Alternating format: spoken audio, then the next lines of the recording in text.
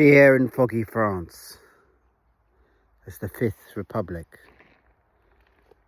starts to quake and unpick itself,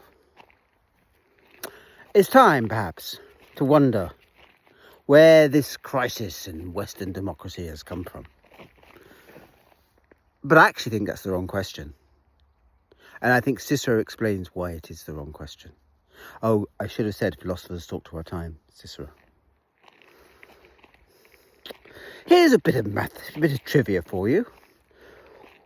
Where do republics come from? Where does this basic division of power into government, parliament and people, with the people having the bum end and only being free once every few years to vote out the governments? Do you know? Well, it's a kind of a trick question because it comes from two people.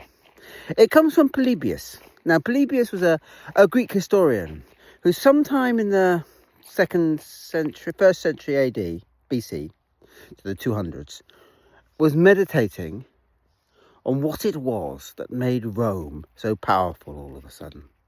How did it come from a single city-state struggling to survive amongst bigger neighbours to the dominant power, as it was in his day, of the central basin of the Mediterranean? Why? And his answer was its constitution was somehow perfect. You see, its constitution did something that had been around for donkey's years, but it did it well. Aristotle, it was, who first identified the three kinds of government. A monarch where one rules, an aristocrat where a few rule, and a democracy where everybody rules. Now, being Greek, he loathed democracy, it has to be said, and preferred monarchy or aristocracy. But what Polybius said the Romans had managed to do was to blend them all. You had consuls, you had a senate, and you had the people, the tribunes. And so here you had a constitution with the best of all worlds. Now, this idea is then taken up by the late Republican statesman, I suppose, Cicero. And he writes a book that is basically a very long praise poem to Rome, describing it as the absolutely perfect constitution, with something that could last 1,000 years. An incredibly powerful state, founded no doubt by the gods and by his turnip-eating ancestors. When the Greeks were just pondering upon abstractions, the Romans were doing it themselves. The book is a persuasive bit of oratory. It doesn't develop much more than Polybius. Cicero was genius, did not lie in originality. But it's very convincing when you read it. So convincing that you might actually forget that the Republic had already fallen by the time that Cicero was writing. I mean, it hadn't quite fallen. What had happened was there had been a very bloody civil war between the Sulla and the Democratic Party, which has seen Sulla win and slaughter the Democratic Party. 10 years later, the Republic had been restored by Pompey and Crassus. Yes, that Pompey and that Crassus. And was not in the best of health, let's put it that way. It had had a slave revolt a few years before. Already Caesar was active in Gaul. The Republic, when Cicero is writing, is under extreme difficulty. It would be arguable about how much of its original perfection existed. And that is, of course, why he's writing the book. It's a tragic evocation from the man who wrote O Tempora, O Mores, our horrible times, our horrible politics. This struggle would, of course, cost Cicero his life. So, we have a republic because a Roman statesman, I suppose, wrote a memorial based on a bit of Greek puff to his failing powers and state. So how did it become the Western model? Well, I'm afraid we're going to blame the English public school system and the romanticism that America had towards it. You see, throughout the 18th century, as the monarchs, the Hanover monarchs, all the Georges, proved basically inept, power had come to rest within prime ministers who had read their Cicero, who understood about the division of powers. And so they start to pull democracy in that way. Oh, with a very carefully defined people, 3%, top 3% of the population, and with a carefully picked parliament. Well, they're aristocrats after all, and a monarchy that was now really resolving it in the government and the prime minister. Likewise, the Americans, looking upon it, got Cicero envy and invented a constitution with the extra added bit of division of judiciary. So judiciary became separate, which isn't in Cicero.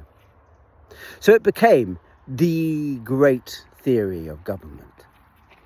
This valedictory memory of something that was passing by a statesman who was killed in the destruction of the Republic, as it was remembered by 18th century men. You know what's remarkable when you think about it that way? Now, you know what's remarkable? I'm being jumped at. It's not that the Republic is in difficulty now. It's more, why did it last so incredibly long? How did it last so incredibly long? This is turning into a slight comedy video. I would give you a video of her. She's got a little bit bored, so I shall walk a bit. There we go. That'll help a bit. Okay. Well, why do republics, the Ciceroan constitution, survive so long? There are, I think, 3 reasons. First of all, the model is clearly very Catholic. During the course of Britain's time as a democracy, it has changed into an empire, into a welfare state, and back again, into an empire and back again. And it has managed to allow for various different governments, various different ways to govern, all of which could be absorbed within the constitution. This is an immensely flexible system, Catholic, undiscriminatory, if you like. Secondly, it is clearly a system that in Cicero's day was, and he knew this, was immensely easy to corrupt. And you want a good corrupt system. Rich people could buy it, and yet it would look like they weren't doing it. It managed to therefore hide the realities of power very, very effectively. It survived because it was always a bit smoke and mirrors. Thirdly, it survived because it put a limit on what a tyrant could do. All the great acts of tyranny, you see, had to get rid of the Republic. I'm thinking Hitler, I'm thinking Stalin. If you wanted to be a tyrant, you had to abolish the division of powers. It became then the litmus test. Once somebody abolished the Republic, you knew they were out for tyranny. So although it was immensely flexible, it also imposed a limit. Now it seems to me, I don't know, but I think it is, that this is the problem of our times. You see, looking at one of the things that was always said about republics was that they would fight bad wars, but actually monarchies fought more murderous wars, were much worse. And now, since the Second Gulf War, but really, since the beginning of the massacre and murder of the Gaussian population, you can absolutely no longer claim that. Israel is a democracy, after all, properly constituted. But it isn't stopping it commit genocide now, is it? And likewise, Trump is acting within the Constitution to destroy to destroy elements of the Constitution he doesn't like. But he is managing to be a tyrant within the Republic. I don't think he will declare it, for all his desire to be a dictator, moribund. He doesn't need to. So one of the crises of Western democracy, a crisis that is obsessing France at the moment, because France wants to put the limits in very strongly. And Macron has, for those of you who don't know, crossed those limits by ignoring the results of an election last year.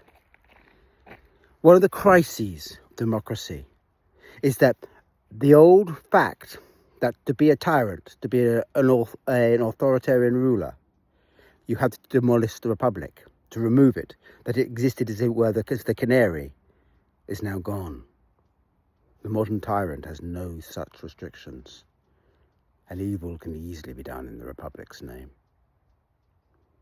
And that is a crisis we're all going to have to just live with and work out what it means.